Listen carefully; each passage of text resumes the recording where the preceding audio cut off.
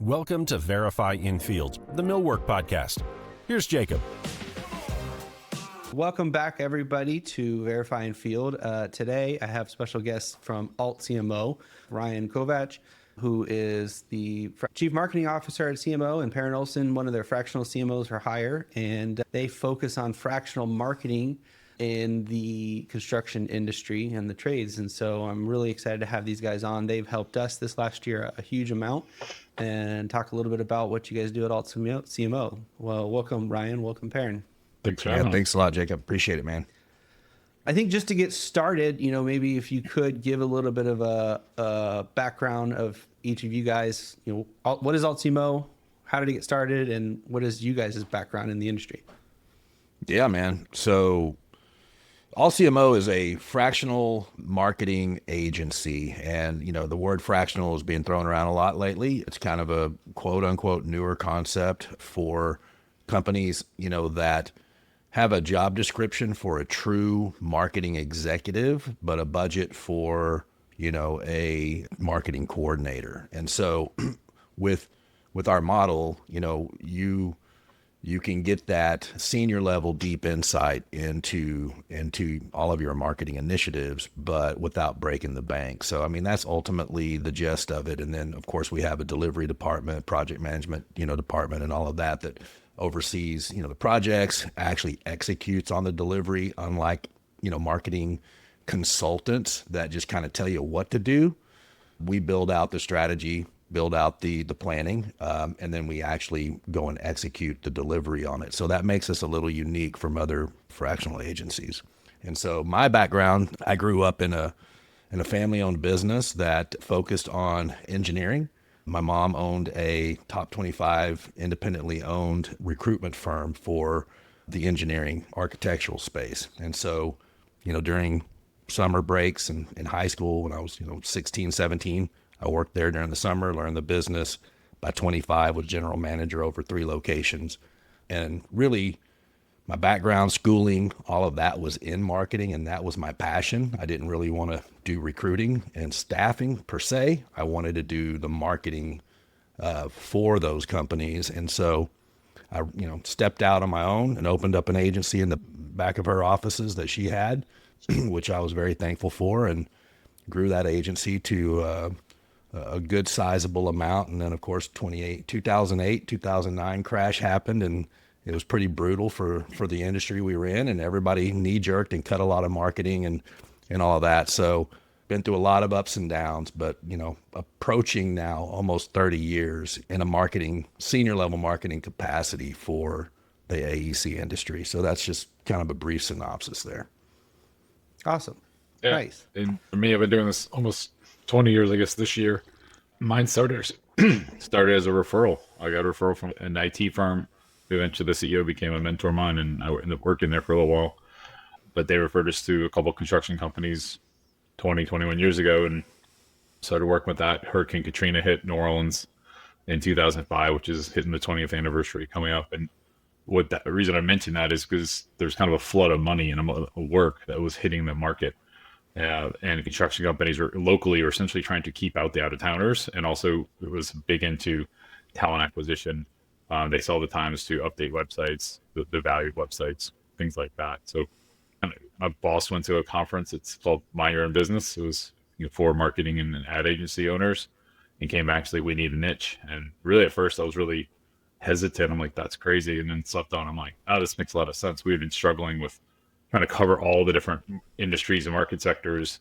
And at one point we even had invited to 3 different conferences for 3 different industries on the same day, because clients want us to dig into their market more. And so we started niching down by getting rid of the people that weren't really a good cultural fit. Doctors and lawyers we stopped working with. And we had a few construction clients, I think about 5 or 6. And I talked to 5 of them. I'm like, is there an opportunity? Is there a need, for a construction marketing firm? And they're like, absolutely. And I took it more as a career move in my mid-20s and just went at it hard. And I was also kind of going through a transition in my career. My degree was actually in graphic design. And I was working at this small firm that I had an intern in college and kind of worked my way up. But I went from sales, and sales kind of forced project management. And I started realizing, a lot of the projects I needed a marketing strategy. I had a knack for it. It's kind of a mediocre designer. I was a pretty good marketer, and I'm a good designer for a marketer. So I just kind of really took it and went with it. I joined SMPS, which is the marketing business development group for the AEC industry. Got certified through them, through their certified marketer program. Also got certified through the Construction Marketing Association to really learn more of the textbook side of things. So I was learning more hands-on and just continued to learn a lot through SMPS. Actually became a fellow with them about a year and a half ago. Yeah. Awesome. So you mentioned this, but Alt CMO, you guys really focus specifically on the construction industry, right? Can you talk a little bit about why that's so important? That, as a marketing agency, you guys focus on a niche, if you're what your customers are in, because I think most people that aren't familiar with marketing, but they think of big letter marketing, right? It's like, oh, well, marketing is marketing, right? And why you would think, okay, maximize your customer base, you can just help anybody, or they're not used to a marketing company that specializes in what they do as a customer, as a company. And so can you talk a little bit about that mindset of like why you guys focus on the construction industry and why that's so important? I mean, so a lot of it's actually just easier. We have so much knowledge in this industry. We can walk into a client and kind of know 60-70% what's already going on. We understand the business model. We understand GCs and trades work and suppliers and some of the main challenges they have, because we keep hearing it over and over, and it actually adds a lot of value to our clients. We can get ramped up a lot quicker. I had a client years ago that was going through rebrand that we actually didn't recommend. We told them to tweak their logo, and it really wasn't what the CEO wanted to hear. So they went and hired 2 consultants to come and rebrand the company. And 6 months in, my VP of business development called me and he's like, hey, I need you to go to lunch. I'm not going to be there, but I'm going to pay for it. But I need you to explain to these 2 people that we don't build buildings. I'm like, you've been working with them for 6 months. They haven't figured out you're a highway contractor? And they're like, no. They kept thinking construction was building buildings, not highways and ditches. And this company did a lot of work in heavy industrial. So I literally had to go to lunch with them and explain to them, not all construction companies build everything. Right. They're kind of niche based on their equipment, their people, their background. So that was kind of the eye-opening mark for me of just, oh, I actually do know something very specific about this industry. And it kept escalating from there. Yeah, there's that. And there's just when you start getting into content creation, you start getting into, visibility efforts like, SEO or social or whatever, point A to point B on driving content for our clients without them, they're hiring us in a lot of ways, not all of them. Some of them are really smart in marketing, but they're hiring us in a lot of ways because digital marketing, online marketing, that type thing is very voodoo, smoke and mirrors to them. They don't know what they don't know. And if they've got to sit and handhold their marketing team, they're blowing money. They need a marketing team that understands their customers, what their customers are looking for, how they search, how they, research a firm and truly understand what it is they do on a day-to-day basis so that they can go off and work in their company and they can rest assured that, their marketing team is aptly representing them without a lot of hand holding. And I think that's a huge value.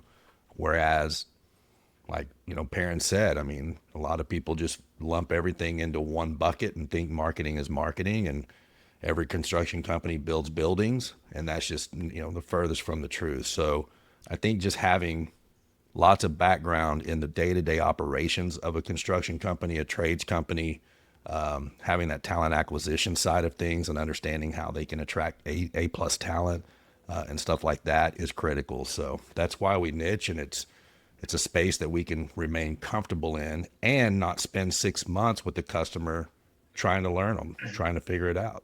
That just creates friction. Yeah, our onboarding is a lot faster because we just understand this industry. And there's definitely skills that are transferable. I talk to friends in different industries, or they're in-house marketers, and we can bat ideas around things like that. And I think that's healthy to look at other industries and see what they're doing. But one thing that's interesting is to really dig into construction. It's still very broad, and you've got 30 plus different trade disciplines. You've got your suppliers and your staffing, and then your GCs, and most people probably wouldn't call your ductworks isn't a construction company. you're in the construction industry and we got to work with you because of that background. But it's very broad. And one of the things we've been doing a lot more this year is about half my clients are actually construction tech. I mean, they're software companies that are focused on architects or contractors, and they're coming to us because we understand that buyer so well. We've been working with them for so long. Yeah, a lot of them are really misguided in their initial approach. They've got a great product, but one example just this week is, one of the construction technology companies that we're aligned with, was trying to align more with Silicon Valley as opposed to John at a construction company, right? And so just and no fault there. The product's amazing. It's just, trying to get CEOs and C-suite people to come out of that mindset and into, well, that's not who we're selling to. We're selling to these guys, and we need to restructure our language and our approach. So. Yeah, I mean, I know, like you guys, I think we mentioned this, maybe not, but, we got introduced. You guys helped us this last year, a couple things. One, we were revamping and relaunching our website, kind of our entire brand presence a little bit ahead of our first time having a booth at IWF, which is kind of our biggest conference every 2 years. And so it was a bit of a regrouping, but a lot of it was that, very quickly. And you guys had to come in, and we gave you a very, very tight timeline. We gave you a very tight, fast turnaround to do it. But, we had talked to many, many other consultants before that. And I think there's a dime a dozen at this point. Anybody who kind of has posted something on social media or run a Facebook ad calls themselves a marketing agency. And, and they kind of think, oh, well, I can help you because I can help you with running ads. And so one thing that's very different about the construction industry from a lot of marketing consultants you'll have out there. So if anybody's listening and has either reached out to or clicked on an ad or talked to somebody that says they can help them with their marketing, there's a lot of companies out there that do B2C and they don't understand B2B. Right. So that's something that is, obviously that's not just the construction industry, but that is something that is very much in the construction industry that's generally different, that most people that have marketing experience don't understand. Is they think, oh, well, I'm just going to translate these same B2C, which is business to consumer marketing tactics, and I'm going to put Facebook ads out there and all this stuff out there, when that's not our audience. When our audiences are the GC or the other trades or things like that, right? And so that is a big difference that obviously working right with you guys was very different from a lot of the people we had talked to before. Is it's very easy to say, okay, I'm going to help you with your website, and this is what people like to see and that type of stuff. No, that's not our audience. No. Jacob, let's dig into that. I think, because there are contractors, especially trade contractors, that have to straddle both. They do residential and commercial construction. And it's difficult. Generally, where B2C comes in, you're trying to win over one person, maybe two, like a husband and wife, or a multi-generational family. Maybe if there's an elderly grandparent in the house too. But when you come to B2B, the average is like 7 decision makers, and you normally don't talk to 5 of them. You might talk to 1 or 2. So how do you win those over? How do you have the value proposition? How do you have and also just their buying process? Both sides, actually, B2B and B2C. The buying process starts way before you know who they are. They're out researching the market, their solutions. They're researching you well before that. And in B2B, we're finding like there's somebody doing the research, and then they got to report back to their boss. So there's a lot of just communication and content we have to develop of just, okay, how do we train your boss? And this is the best solution. Yeah. Yeah. And I think that's something that, somebody who's listening, if you're a business owner and you have not engaged with a marketing agency or somebody that's just, this is what they do is marketing to help you with a strategy. Most companies already have a website. Most companies already have a Facebook profile or a LinkedIn profile, right? And so a lot of them feel like, hey, well, I already am doing marketing or already have something, but I don't understand all the stuff you guys are talking about. And so that process, of what are our goals, who are we trying to market to, and what types of deliverables or what types of calls to action, what type of what are we trying to get out of this? Something you guys helped us walk us through to rethink what we thought we understood, but we really hadn't fully thought through, or maybe needed to rethink as our business had grown and evolved, right? Which is kind of just what you explained, is there's multiple audiences that we're trying to speak to all of them, and so you're trying to build trust and kind of thought leadership and make sure that, okay, if anybody encounters your content or they see your website, they know you exist, there's awareness. Yep. But then there's do they trust you? Do they want to engage you for the service that you offer? You And got to how do they awareness plus authority. That will Yes. equal the demand. You can have authority and no awareness and nobody's talking to you. You can have, authority or awareness and no authority and nobody's going to talk to you. You have to have the two married in order to create demand. And so, that's one of the things too, like buying habits have changed through generations. Millennials purchase or engage with B2B companies in a very different way than Gen X and boomers did. That was a lot of, hey, Bob, I recommend, Susie over here. Bob just went to Susie because his buddy said so, right? Like that's Gen X, that's boomer, that's boomer generation type stuff. Is referrals were everything, and they're still very valuable, but millennials just take the referral into consideration. Like they listen to it, but it's in a folder over here. They're still going to research. They're still going to look into all that social proofing. They're going to read the content, research the company. They're going to look at their Glassdoor ratings. They're going to look at their Google My Business rating, whatever that's out there. And they're doing a holistic approach to determining who they're going to make their decisions to go with. And so many companies have, and we see it all the time now. We have companies reaching out to us that were wildly successful for decades and decades. Now it's being passed down to the children who are in their mid 30s, who have been with the company for 10 years. They understand the business, they understand the challenges, and they're telling us we've hit a wall. We haven't penetrated more market share. We haven't grown in 5 or 10 years since I've been here. We've just limped along and struggled along. And, my parents don't understand why. They can't figure it out. And it's like, well, the people you're selling to, the people you're marketing to have changed. Yep. And you haven't changed with them. And so, I just think that's critical to understand. And now with AI and search GPT and all of these things, I mean, we're in a revolution right now, and it's just chaos. Like, where do you go? Where do you put your efforts? There's so many new buckets opening up where, people don't even think to look or to get involved in that can dramatically improve the visibility of your company. And it's not these same age-old buckets of SEO, social, this and that. It's dark social. It's manipulating Reddit boards. It's whatever it may be, right? Like it's trending and using trends to to come up and autofill on Google. Lots of really revolutionary things that are happening. That's just moving so fast. Leadership inside construction companies, they can't sit and stay on top of this. And most of them have a very young marketing coordinator that's just cutting their chops. They don't have the deep insight yet. They will at some point one day, but they don't today. And so, it's just kind of like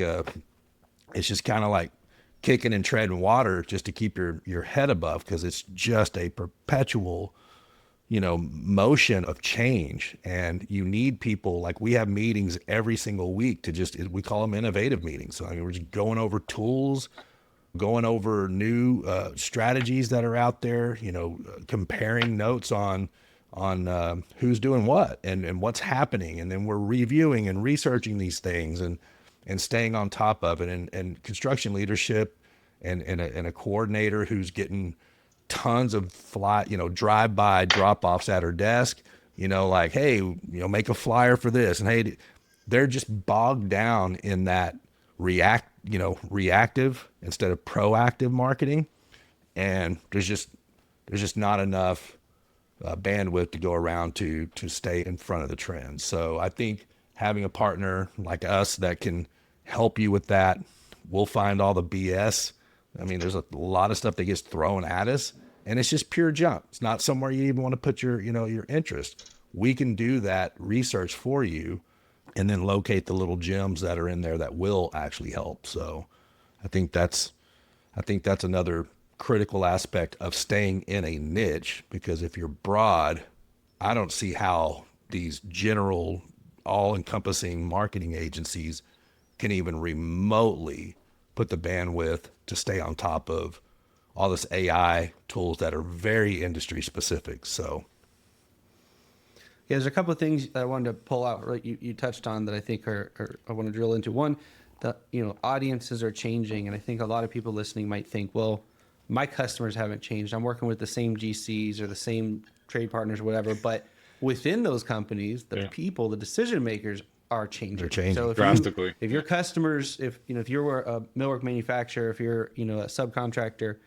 you maybe still be working with the same GCs, even the Turners, the Skamskas or whatever, but within those, the decision makers are changing and getting younger. And they're younger, changing. And they're constantly, the project executives, the project managers, the project engineers are changing. They're every year bringing in new graduates, right? And so, no, that doesn't mean you need to be thinking about how do I go viral on TikTok necessarily, but you do need to be thinking about, okay, like you said, what is this person? How are they comparing me to my competitor as far as the decision? How do we look? And it might not be. What's the side-by-side comparison? Yeah. I mean, our price could be the same, our quality could be the same, our schedule could be the same, but maybe our story, connects better, or, whatever. Yeah. Like there's something. Yeah. Are we easier to find? Are we easier to get a hold of? Are we easier to train? Literally, like, how do they contact us? Is it easier to get to us when you go to our what's website? the experience? Does it say copyright 2014? Or, like there's little things, and all of that is not to even start talking about, we haven't touched on this yet, but there's other types of marketing, which is like talent. Like, hey, we're just trying to recruit. And when you're trying to hire people, this isn't even sales, but you're having to sell talent. And so talent is something everybody's struggling with in this industry. And so if you're somebody that's thinking, well, I don't know why young people don't want to come work for us, this is the first thing anybody under the age of 40, much less 30 and 25 are going to do is look you up online. They're going to Google you, and they're going to see very quickly, okay, is their website current or old? Does the guy that I talked to have gray hair and he still has brown hair on his picture on the website, right? Do they have social media profiles where I can see? Because from that, I can learn culture. I can learn Yeah. personality. I can learn the vibe of the company. I can learn if they really actually give a crap, if they're safe, if they're this, if they're that. The A players, believe me, man, they are looking at all of that, and they know they're A players. They're not going to settle for some, hey, we have a website. Okay, neat. And so talent acquisition is an area that I've spent most of my life in. And so that one's really near and dear. I think in order to be an excellent company, your talent acquisition marketing has to be excellent. You got to be telling a great story, and you've got to be putting out content that shows what it's like day to day working inside there, who the people you have on your team, what's the culture? Is it grind at all cost, or is it, on skateboards and beer and bean bags, like, each of which will turn certain people off and attract certain people, right? But, you've got to attract the right people. And another thing too, when you're going into recruiting firms and you're looking at senior level talent to bring in, and, let's say they're $180K a year, your recruiting fees are going to be, 20 to 30% of that. I mean, you're looking $30,000, $40,000, $50,000 recruiting fees to find that person, when in reality, that recruiter now has to go and sell your company to those A players. And the biggest frustration that you hear from construction recruiters, I know it's a great place to work, but they're not showing it. They're not telling it. And so I'm missing all these good candidates because they don't have a good story out there. They don't have good media. There's nothing to lean on, and they're just going off of my word, and that's not good enough. And so, I mean, I call it the forgotten audience, and this is where one of the issues, when you kind of work more of a generalist marketer, they're focused on leads, they're focused on getting the door, and generally they fully omit the internal audience and then the prospective employee audience. Like, when I actually got in the industry 20 years ago, my first few clients were actually low bid heavy civil contractors, because I started working with one or two, and then they referred me to a couple more, and I wasn't until I was, I guess, 5 or 6 clients in, actually started working with a vertical building GC. So people are like, what are you doing for these current companies that if they're low bid? Why do they need marketing? I'm like, recruiting, retention. Like, did a lot of client or internal communications from newsletters. Though back then we had, paycheck stub inserts we'd put in, things like that. And it was the websites were huge. One story I heard a lot 15, 20 years ago was, a little more out of touch. Dad was running the company and the kids were coming in, and that was really my best clients are the second gen, third generation owners coming in because they understood brands kind of intuitively. They understood the web, and you'd hear stuff from the dad of like, "It's just marketing. They can't screw it up. It's just the website. Who cares?" And I was still young. I was in my mid-20s, and I'd have them look, son, we don't sell buildings off our website. And my response to them always was, "Well, you don't, but you lose them." And I always had these skeptics I was kind of working through, and we're seeing this now. It was the same conversation about social media. Do they believe in LinkedIn? Do they believe in Facebook? Things like that. It's the same exact conversation I was having with websites 15, 20 years ago. And what would happen is we'd go launch a new website and you get a call, an email, whatever from the CEO, sometimes a week later, sometimes a few months later. And all of a sudden we're getting like leads off our website. All of a sudden we're getting like HR stuff. We're getting really qualified people off our website. This is no digital ads, no hardcore SEO. This is just purely changing the image, understanding the culture, repackaging them, making them look professional and up to date. And instantly got better qualified applicants. People are starting to stick around. Like one of the HR people is like, I don't know how your website made our retention rate go up. I'm like, because it shows you care about your employees. Like that's all it really was. It was amazing how just one tool essentially was helping on so many other things. And it wasn't our main focus, but it was adding a safety page to the website. Why do you do that? Clients don't care about our safety. They care about the safety number, but the potential employees care about the safety page. They want to know they're not going to get hurt, and you actually give a shit about safety. Yeah. Well, and I think people underestimate how much now those decision makers do actually care about those intangibles of who they work with, right? And it might not be the deciding factor, but it can impact it when there's no other differentiator between you and a competitor. And overall, what is changed a lot, and if you're an older owner and you have been doing business before the internet, before marketing, all this stuff, I know this all drives you crazy. Times have changed, and what has significantly changed, even more so in the last 5 years, is all sales, all business is relationships. And so what has changed, though, is you have way more business today that you don't have a physical in-person interaction with somebody, or you may need to, but you don't get the chance to until you get that opportunity. And so more and more today, marketing is a tool for you to gain trust and for people to hear you speak, see what you look like, see what you do, that don't get that chance in person otherwise. And so if that can gain you an opportunity of this person heard me speak and said he knows what he's talking about, I like the way they do business, they seem to take care of their people, they care about the work they do.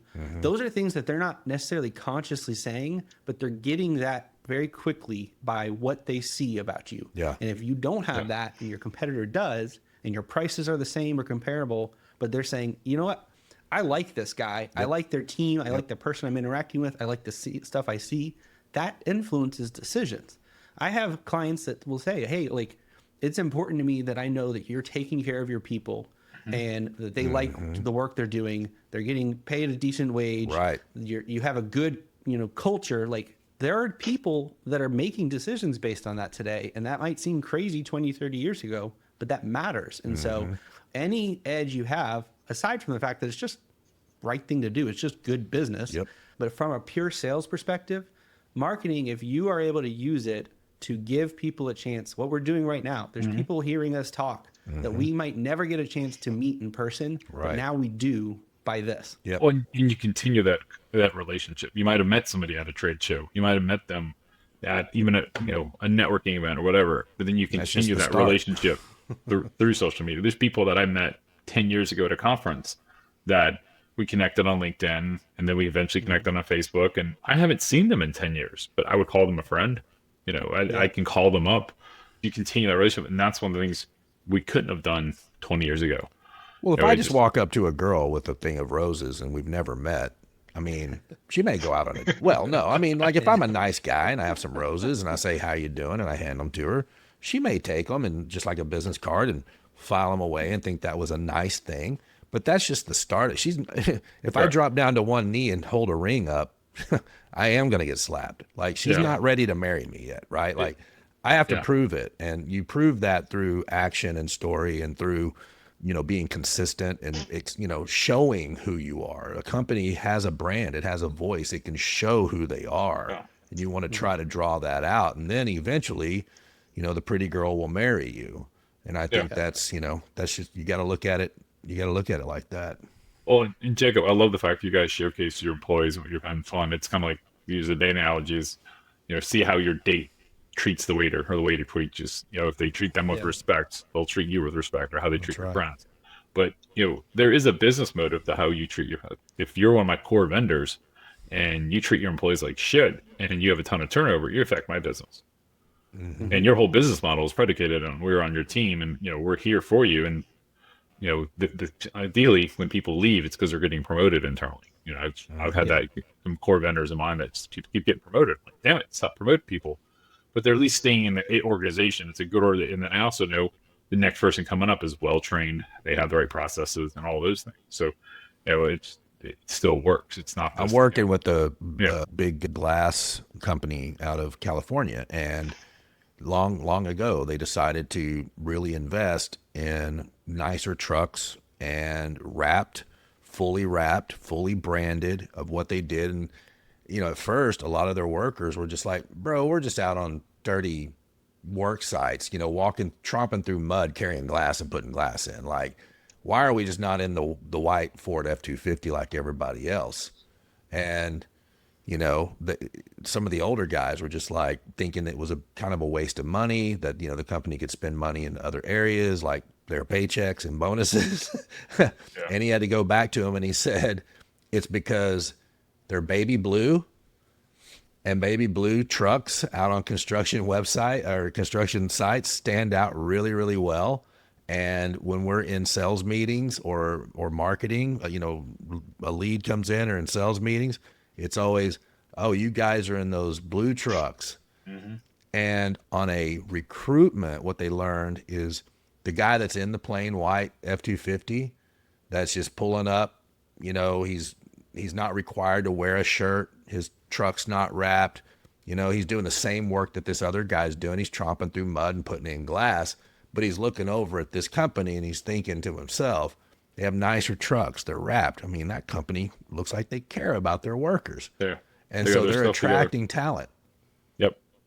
And they care about the work they do. And I think that translates also to your people. And if they see that, okay, ownership in my company takes what they do seriously, I should take the work I'm doing seriously. And your people care about the work they're doing and caring about your customers a lot more, because they're like, oh, wow, I'm in a uniform. I'm in a truck that has to be cleaned every week. Yeah. And I'm like, it matters what we do. I don't want to lose my job. But two, like inherently you care more about the work. Care more about it, because the white F-250 with no branding is camouflage. Everybody on the site's in one. It's just, you don't know if they're a glass guy, a door guy. You don't know if they're a concrete guy, a bricker, a framer. You have no idea. It's camouflage. This is a company saying, we want to take that risk of having our trucks on the road, you know, like what if they're road raging? What if they're, you know, riding somebody's butt and cutting them off? You know, that's got the brand on it. So, you know, they're probably behaving the entire drive. They're behaving on the job site. They're probably not throwing their, you know, Gatorade bottle like that, because they've got the uniform and the brand on. So all the way around, that marketing, when you take it seriously, it's beneficial for not only customer acquisition and growth, but talent recruitment. And those kind of companies they're seeking excellence.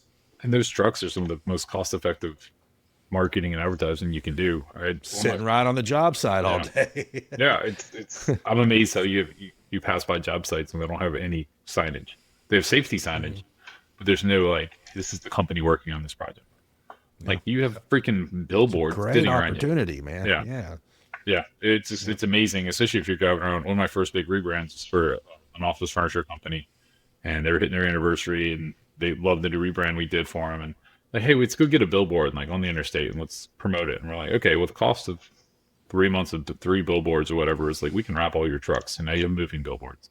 They go to every one of your clients. And this was 20 something years ago that we put those on there, and they've updated some of them. They got new trucks, but that's one of the most cost efficient things we ever did. And it changed the game for that company. They went Absolutely. from a legacy brand to a modern brand, and then they got out invisible. People didn't know who they were. Like if they knew them, they thought they were old. You know, so it's interesting how this good design can change people's mindset, who you are and what you do. Yeah.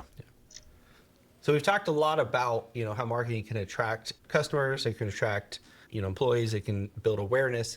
What we haven't talked about yet, and there's something that I think is really interesting that I don't think most people think about, is how you can use marketing to filter out bad clients, bad work, right? Yeah. And thinking about your analogy, like, okay, if you went up to a girl right away and got down on your knee, if there was a girl that said yes to that, you don't want that You don't want that girl, and you're a creep.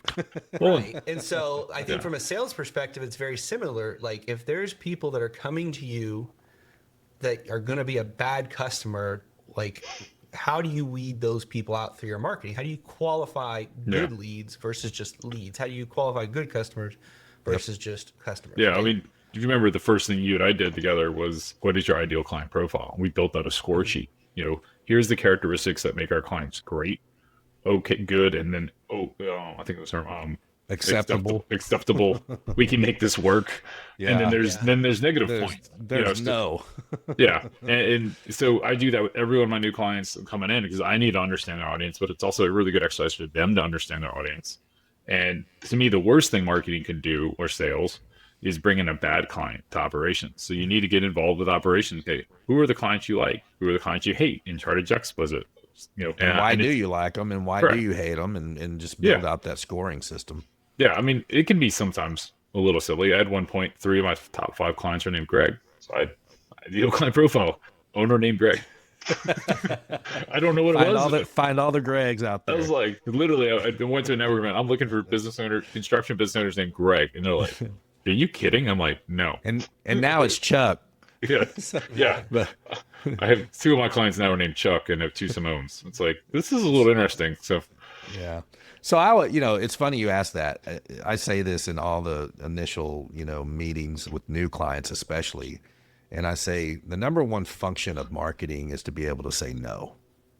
In my opinion, that is the number one function of marketing. It brings you enough of a talent pipeline. You can say no to the B and C players. It brings you enough inquiries and ability to bid, or however you're structured, to weed out and to say no. It's so many marketing firms, and the business is flawed, and we could spend a whole other hour on the digital marketing model is just completely worthless and flawed. It doesn't work. That's why we created Alt CMO. And it's flawed and it doesn't work because everybody's focused on leads. And not every company is that interested in a lot of leads. They're interested in a variety of things, brand recognition, brand penetration, whatever it may be. And so if you have the visibility, the pipeline, the interest, so to speak, it's kind of like the dating thing again. I mean, if you're just a really good looking person, you probably have a lot of girls or guys in your DMs, and you can sift through and go, I like this one and I like that one, but I don't like this one. She's nuts and he's on medication and he's weird and all of that. Right. So it's just a visibility opportunity to say no. And I think that's really important, instead of just yes, leads, which is just a horrific way to go into marketing, in my opinion. Yeah, I've actually got a trade contractor that our number one goal for this year is actually to get rid of the number one client, because it's not a fit. They've had to take it years ago. They needed the money, and one of the things we actually kind of even dissect a little more, going back to you might be working in the same company, but you're working with different people. There's certain project managers they don't want to work with on that company. Mm-hmm. And how do we balance that? But firstly, we have to get them enough work. They're not taking a huge step back, letting this go. And so it's right now, it looks like we'll be able to do that pretty quickly. But that was a big piece of just, okay, it's not always about top line growth. Sometimes it is just about quality. And that's where a lot of this is flawed in marketing, is we're very much looking at qualitative, not quantitative, or obviously quantitative, not qualitative. And, I think every business owner would say, I'd rather get 5 great, good leads than 100 crappy ones. But when you're looking at your KPIs, your dashboards, you're like, why is this number so low? Because we're trying to find the right one. Yeah, and you've got multiple business units. We're dealing with an engineering firm, a really good client of ours that, they're a structural engineering firm, but they also do a huge portion of their business is forensic litigation. And it's just an entirely different subset of searches, visibility, content, language, and everything else, right? Like it's just it's almost its own business unit that they could literally just separate and have a new name for. Like it's very different, right?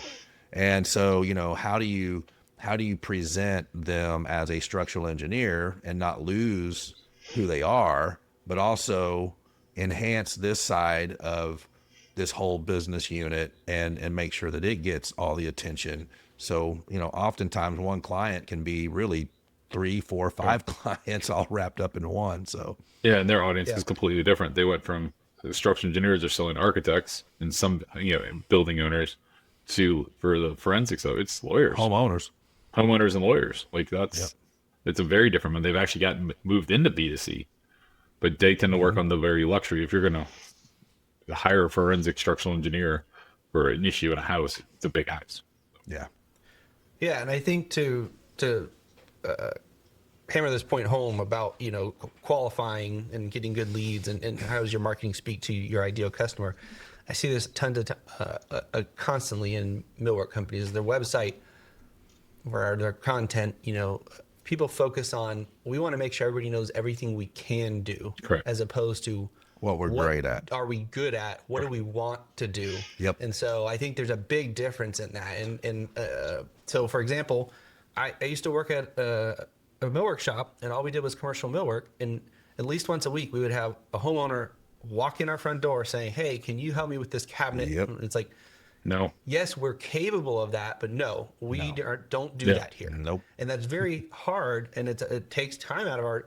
So how, from a marketing standpoint, can you make it clear, without anybody having to talk to that person, that you are not that customer's fit? Correct. You are not the place and so that could be on your website. How do leads disqualify themselves without taking up your time? Yep. Yeah. That's a very powerful marketing tool. That's where AI and stuff starts coming in and doing, Right. I mean, we could go down that rabbit hole, but yes, you've got to, because you're right. I mean, a lot of times people just throw the word soup out there of all of their capabilities, and it's like you're attracting people that you just literally don't want to, don't have a need to do business with, and that's not good. So. And you can add pre-qualifiers to your website and, contact us, but know that our minimum buy, or the home worth $5 billion or more. Yeah. And that's where sometimes just, you really got to figure out the semantics of words, instead of saying we do commercial and residential, we do commercial and luxury residential or high-end residential, things like that, multi-family, and kind of just showcase people that. But I think millwork, much like a lot of construction companies, you're very much, you can do anything, but you're kind of dictate about what equipment you have. Yeah, So I mean, you can ask a GC, can he build a backyard shed? Well, yeah. But he's And a too lot of busy them- building a medical facility in downtown. Yeah. And Yeah, we only do that for our special clients that we can't say no to, but we Yeah. don't market that. Correct, And 100%. I think lawyers do a great job of this. As much as we hate, the ambulance chasers, but everybody has driven down the highway and seen billboards that say, and they get very specific. And in a now. truck wreck. Have you been hit by a dump truck? Yes. Yeah. Not just a truck, not just anybody, a Yeah. dump truck. We help you. That lawyer, I'm sure, does a lot more than that. Yep. But that billboard is intended to attract that client. Right. That's And correct. so I think that's the thing that's important about marketing is you can have multiple, like you said, that engineering firm might have multiple things they're marketing towards, and those are different campaigns, different strategies, same company, or maybe divisions.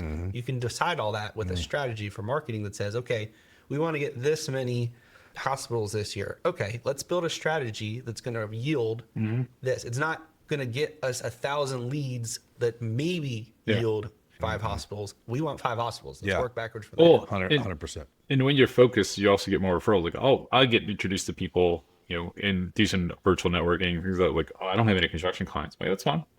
But when you do, you will think about me, and it happens. Like, I got a referral from somebody that 3 years ago I met. Hey, we talked 3 years ago or something like that, and I have a client who's struggling to grow his construction company. Can you help him? Like, yeah, I was the first person he thought of. We haven't stayed in touch. And lawyer reference, I had a client years ago who was kind of a friend of the company. He only does criminal defense in one county in Louisiana, or one parish. It's it. His office is within blocks of the courthouse. He can go in there and close 10 cases a day because, speeding ticket, little stuff. And he does the big stuff. And it's point where, like, the police actually have him come teach at the academy. He teaches at the bar association and at summer conferences and stuff because that's all he does. And he's just such an expert. He's actually became a state legislator that helped rewrite some of the criminal law, like, because he's such an expert. And it's like everyone, and he gets most of his referrals from police officers and other attorneys. That's one of the things that I think in general in the construction industry, people are scared of being too niche, and they don't realize how powerful that niche can actually be. For example, millwork shops that say, oh, we can do nationwide. Yeah, but are you actually competitive nationwide? And is that profitable for you? Or can you actually get more clients? Like, your shop is in Pittsburgh, or your shop is in, Cleveland, wherever it is, right? And yes, you can take jobs outside of there, but would you rather have every good, profitable job in Cleveland that you can deliver to within a 30-minute radius? And if you specifically marketed to that and said, hey, guys, we have capacity this year to handle every Cleveland job, or, if you were very specific, there's a lot of power that people don't realize in actually just announcing, hey, this is what I'm looking for. And I see it. Some people use it. They'll say, hey, I'm reaching out to my network on LinkedIn. I'm looking for a trade partner that does this here in this county. Yes. Yeah. Just announcing that lets people know, oh, I don't need that, but I know somebody who does, or I know somebody who does that, and I can connect you guys. Yeah. That's what marketing does. Oh, yeah. In the more niche, like, I'm in a similar, just like listservs, still kind of the technology and directory, and people are like, hey, I'm looking for this. I'm looking for a photographer, an architectural photographer in Boise, Idaho. I'm like, I actually know somebody, and you can connect the dots on that, and you look like the hero to them, and because it's somebody who's that specific what they do. And so I think if you're going to say you're going to work nationwide, okay, can you build them a business model that you go nationwide and you only try to work with the top national contractor? You don't care about a contractor that's in one market. Your value is to someone who's in multi. You go after the Turners, the Scans. Look, I want to be your millwork company for every project you guys have, and I have the distribution network to make this happen. Yeah. 100%. But it's got to fit that business model, not just, hey, let me get an extra lead. Because when you take some stuff and it's not on your truck, and now it's FedEx delivering it, it's a different ballgame. Unless that's part of your business model, I definitely wouldn't venture that. Yeah. Awesome. Well, I think this is a lot of really good value add advice for people. So a couple questions that I'm really interested in looking to the future from you guys. What innovations or trends, you've mentioned AI, and I know that's a lot of, a buzzword that everybody's kind of, curious about, but scared of, nervous about. What do you see in the future influencing marketing in the construction industry over the next 5 to 10 years? Right. Before you mention AI, I think one of the biggest trend I'm seeing is executives taking marketing seriously. Because when I started in this, marketing was proposals, marketing was an afterthought. And what's also happening is that what's deemed a marketing keeps broadening because the bar keeps raising. 20 years ago, you could submit a Word doc with a proposal with typos on it. You can't do that now. Now proposals are almost like magazine quality. Well, you just worked with one of our clients they've been around forever, man. They've been, they're a great company, great location here locally to me. And they called just exasperated going, okay, what used to work ain't working, man. Yeah. Like our Word doc proposals are just getting thrown in the trash now. We're getting killed by companies with slick proposals, right? Like really, really branded, really slick and all that. So yeah, there's that. And then on the AI side, I mean, it's a buzzword, but it's here now. Like it's been a buzzword for a long time. I was discussing AI and marketing probably back in I don't know, 2016 really. It was being looked at and studied and how it was going to affect things. And that's now almost, 9 years ago, right? The fact of the matter is everybody kind of held their breath to see what was going to happen. Now it's here. The floodgate is open. Every tool, everything that we use, all of our MarTech tools have complete AI integrated into it and all this, which is really neat. However, it is still artificial intelligence. I do think that companies need to look at it, invest in it. If they have questions, we'd be more than happy to go over it with them. But we talk here at Alt CMO of AI with extreme human oversight. That's what we say. Because AI can do a really good job, but it can also damage you and spit out stuff that can be harmful to your brand. So you need somebody that can cut down on time, get you to the promised land quicker, because AI does put nitrous oxide into your marketing. Like, it will get you from here to here far faster than a previous human doing it. So now we have, and I would say to anybody out there listening right now, truly, truly, truly, we are on the cusp of a revolution that 20 years ago, 30 years ago, if somebody would have told you, get into SEO and become number one and hold that spot, and what it would do for your business would be ridiculous. You didn't do it. Now it's 20 years later, too much competition. We can get you there, but it's going to be a long road and all this other stuff. Now with AI, this whole new revolution, if your competitors aren't paying attention and you get in on it today, you will be that person that paid attention to SEO 20, 25, 30 years ago. So if you're curious about what it can do, if you have questions about it, unsure about it, it's a whole new world, man, reach out to us. We'd be more than happy to show you just some of the tools that we've been using that can put stuff on rocket fuel and get you boosted way past your competition. And when you do that, you solidify your space because you're an early adopter. I just think early adoption of revolutionary technology is so important, and I just can't stress it enough. So Yeah, and I would say because of AI, that conversation, some people are still scared to kind of jump into that. But what we're seeing, contractors are now actually accepting marketing tech. Like, I consulted with a $1 billion a year contractor a couple years ago, and they didn't have a CRM. I'm like, guys, I have a CRM for my freelance work. Like, what are you talking about? And even working with a client right now that there's, I think, 18 salespeople. They have a CRM, a very good one, but they have no other tools. So, like, just to help find a contact at some company, it takes them a day or two. I'm like, I can find that person in 5 minutes. I don't even need to know their name. I just need to know their position, what company, what position. I'll find that person in 5 minutes with the right tool. And they just like, this is crazy. I'm like, okay, we need to make you guys more efficient first. You're a very sales heavy organization. That's fine. It works with what you guys do, but we need to make you more efficient. So you're spending more time with your customers and less time tracking down emails and phone numbers and stuff like that. Yeah. Yep. For those that are listening and their questions, obviously reaching out to you guys to ask about this, because I think people hear AI, and obviously there's certain things, Chat GPT, people can think of. Outside of that, I feel like if people haven't touched it, felt it, it's like this kind of scary amorphous, like, what is it? Okay, yes, I should invest in it. I know I don't want to get left behind. What does that mean? Because I think it feels bigger and scarier to people that haven't and tried it than it really has to be. And now, like you said, it's, if you're in Microsoft Word, it's there. If you're in anything, Google, it's there. If you have a CRM, it's probably integrated. It's a lot simpler, like it's been on car websites as chatbots for years, right? And things like that. But is there some low-hanging fruit? If there's one piece of advice you gave somebody for, okay, how do I get my feet wet, and what does that mean to just start exploring it and investing in it? oh boy.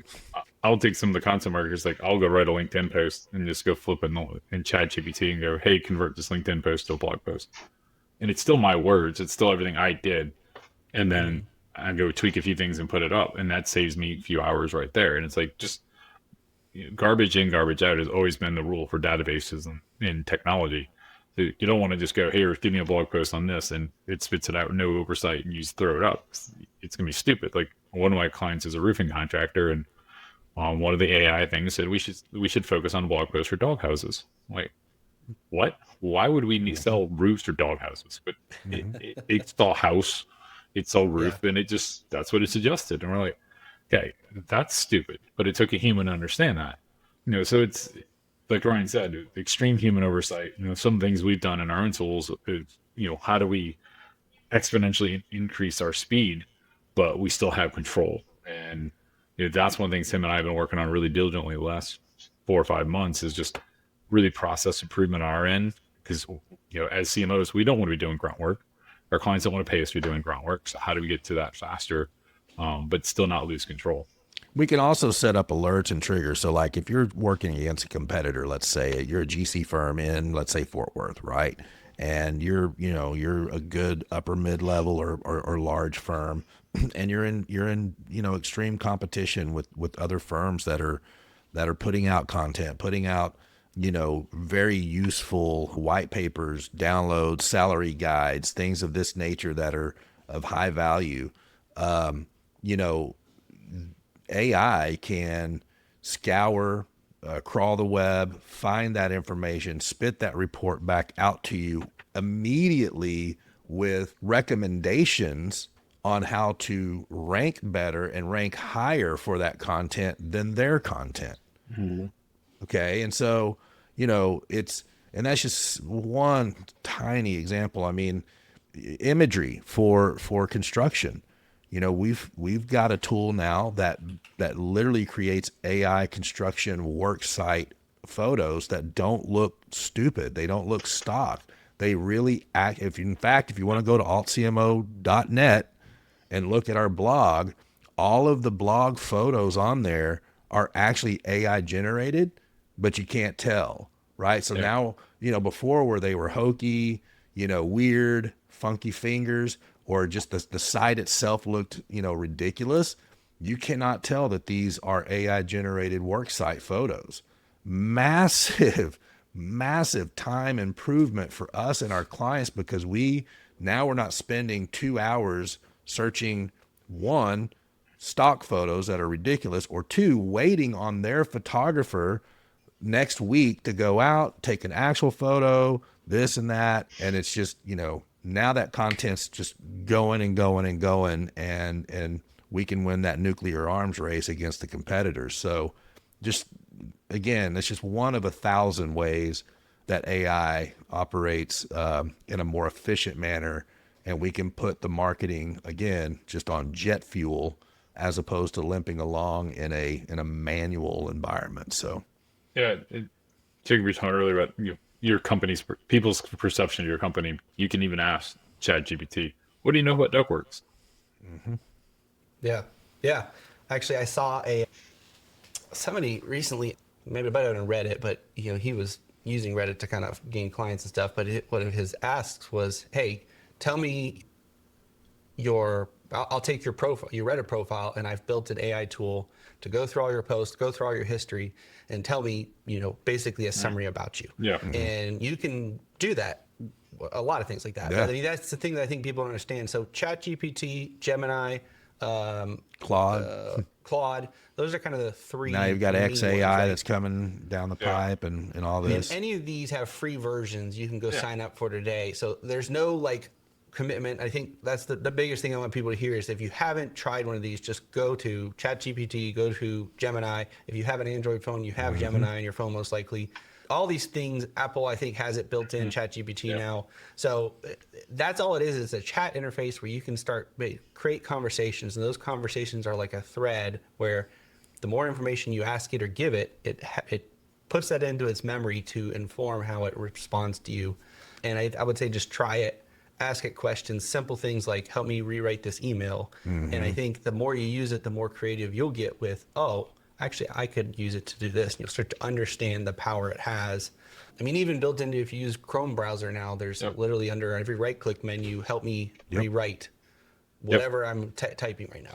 On the last thing, I know it's probably time constraints, but this was a eye-opener for me, right? Like GPT, unlike ChatGPT, SearchGPT has a real strategy to go after Google. They're in my opinion, the first company that's going to give Google a real eye opener in competition. And there's a lot of people that want that. There's a lot of people that are not happy with the monopolization of Google. So everything that you've done, all your SEO and all that, which you should continue, they're still the behemoth, right?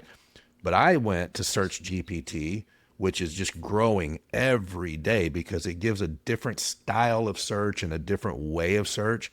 And I typed in, construction marketing, fractional CMOs for construction and all that. Whereas on Google, we dominate, or at least we're on page one and all this other stuff. Search GPT didn't have us at all. This happened last week. I was like, it's time to start focusing on that. Mm-hmm. But that's that revolution that I feel like it's wide open. We can get a foothold in those top search rankings in that, because it's still on a waiting list. It's still beta. Get in now, guys. Like, this is going to be a massive competitor against Google, and it's still figuring things out. So like, if we're not coming up, which is very specific keywords, these weren't broad keywords. If we're not coming up, that's honestly bad, but it's really good because it means this is very, very infant stages. And if I can get us there and get us held in that top position, I'm not letting anybody pass us. Like, we're going to be in a nuclear arms race. It's going to be the Cold War. But same thing for your business and our clients and whoever we work with. Like, this is a golden opportunity to get into new media and new search and new visibility. And I just implore people to at least look into it. Yeah. Awesome. We talked about what the future holds. What are some things that you guys think are going to remain the same, are going to be constants, that are going to continue to be important for businesses when it comes to marketing in our industry? We're still relationship based. We still buy from people. And the more you can project your culture and your personality and things like that, you more differentiate. Because what's happened in this industry for decades is the only thing that's differentiated companies is their price. And that's why we have a huge issue with low bid. So the more you can push out, like Rogers O'Brien is doing a great job out of the Dallas market, all Texas. They're a tech forward company. They're constantly trying to do tech. They got augmented reality in the field already. They're using robots in the field and things like that. And or you got there's a company called Renegade in New Orleans that they actually changed their name from Palmisano Construction to Renegade because that was their culture was we're the renegades. We're going to do things different than everyone else. Mm-hmm. They even have a festival fundraiser every year called the Renegade Fest. Like, you're seeing these people and the employees flock to them, potential customers, go flock to them. And there's customers that totally like, I don't want that. I don't want, with the Rogers O'Brien example, I don't want robots and augmented reality on my job sites. Then fine. But, they're building the Tesla space hotel. Mm-hmm. They align very well with a company like Tesla. And they've got more project over a lot of other GCs that were bigger than them because of that culture. Right. Yeah, the one thing I would say to answer your question too is, nothing's going to change on content. Content has been king now for 20 years. It'll remain king. You've got to put it out. Podcasts, blogs, white papers, write books, whatever you got to do, videos, and whatever it may be, right? Content is going to remain essential because every one of these tools that we're talking about through AI and all of that, they're learning through content. So, the company that puts out smart content is the company that wins. And that's just not it's been that way. It's been super important for a long time, and it's going to remain on the top priority of importance. Awesome. The term I like to use is content will unlevel the playing field. It'll put it in your side. It's because of search with AI.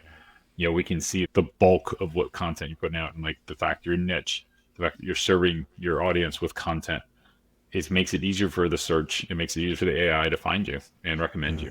Mm-hmm. I put one of our clients on like, hey, tell me who would you recommend for this service, and they didn't come up. Okay, and I asked, why did you not use this company? And it says, oh, I will consider in the future. And I know why. It's because it's a newer company that the search really doesn't know, and they don't have a lot of content compared to some of the behemoths in their market. Mm-hmm. Yeah. Well, Ryan, Perryn, I appreciate you taking time to come on and talk with us. If people are interested in reaching out and finding more about Alt CMO, any of the questions we talked about today, or just how they can engage with you guys, what's the best way for them to do that?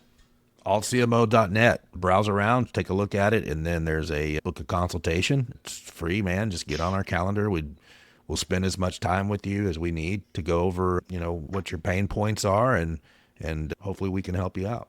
And I would connect with us on LinkedIn. We're both active on LinkedIn, and sharing what we know and commenting on people's stuff and putting out our own content. Yeah, and Jacob, really appreciate you having us on as well, man. And it's been a pleasure working with you, and thanks for having us on as well.